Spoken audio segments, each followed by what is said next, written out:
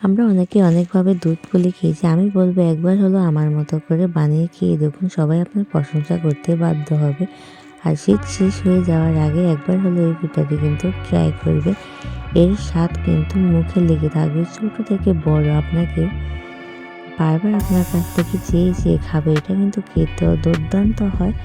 আর এটা খেতে একদম নরম তুলতুলে মুখে লেগে থাকার মতো একটি স্বাদের পিঠা হচ্ছে এই দুধ পুলি পিঠা। আমরা দুধ পুলি অনেকভাবে খেয়েছি, কিন্তু আজকে আমি বানাবো ভাপা দুধ পুলি। আর এটি কিন্তু খেতেও দুর্দান্ত হয়। অল্প কিছুক্ষণ সময়ের মধ্যে এরকম দুর্দান্ত এই পিঠার রেসিপিটি বানানো যায়। চলুন শুরু করা যাক। আজকের এই রেসিপিটি বানাতে আমি এখানে নিয়ে নিচ্ছি হচ্ছে চালের গুঁড়ো। এখানে চালের গুঁড়ো নিয়ে নিয়েছি আমি।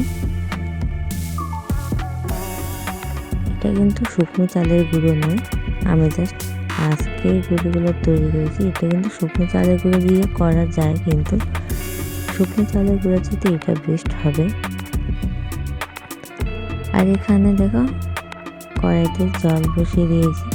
আর জলটা যখন ফুটে উঠেছে এখানে কিন্তু হচ্ছে এখন স্বাদ মতো একটু লবণ দিয়ে দেবো। জলটা যখন ভালো করে ফুটে গেছে তারপর লবণটা দিয়ে এখানে গুঁড়িগুলো কিন্তু একসাথে দেবো না, অল্প অল্প পরিমাণে কিন্তু দেবো। আমি এখানে টোটালি ইউজ করেছি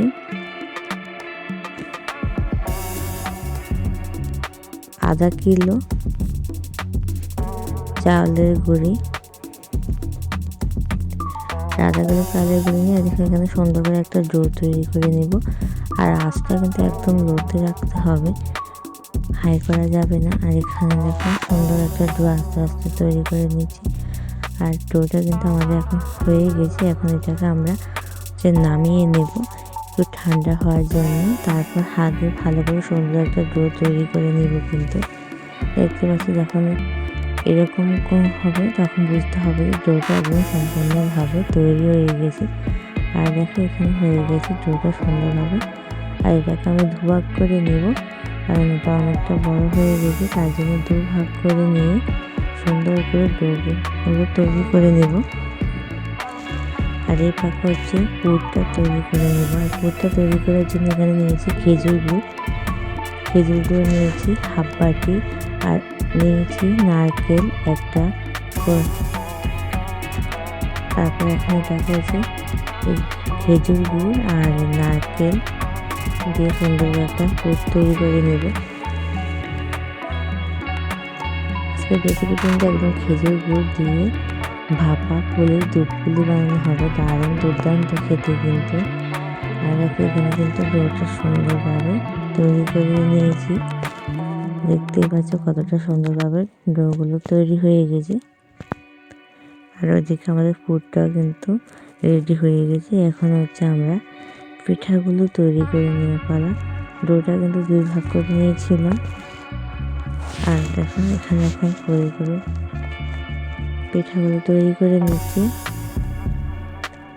আর এইভাবে করে সবগুলো পিঠা কিন্তু খুব সুন্দরভাবে তৈরি করে নেওয়া হচ্ছে।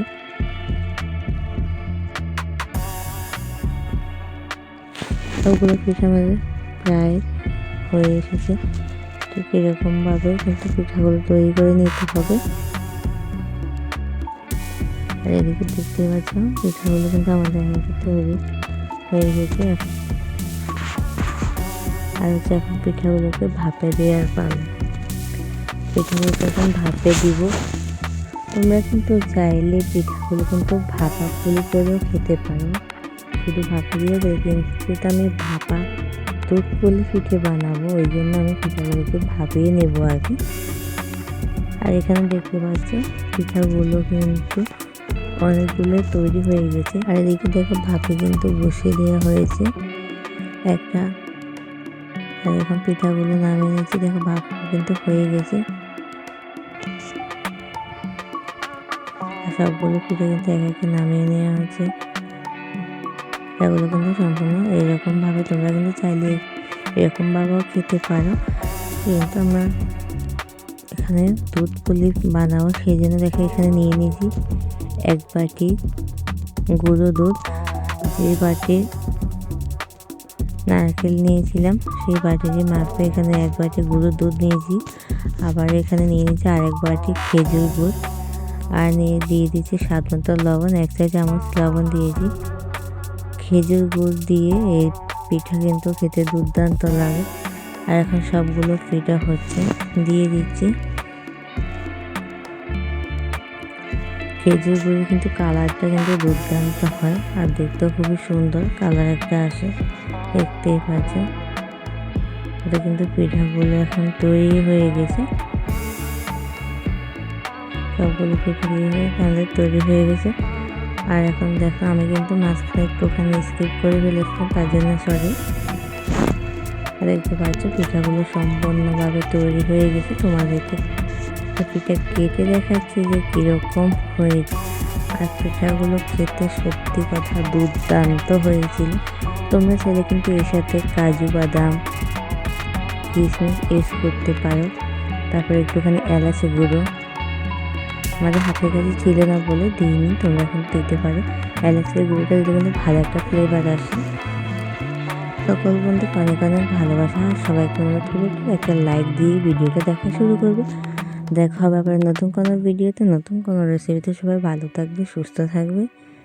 সবাইকে অনেক অনেক ভালোবাসা, আর ভালো লাগবে প্লিজ একটা লাইক কমেন্ট শেয়ার করবে। টাটা।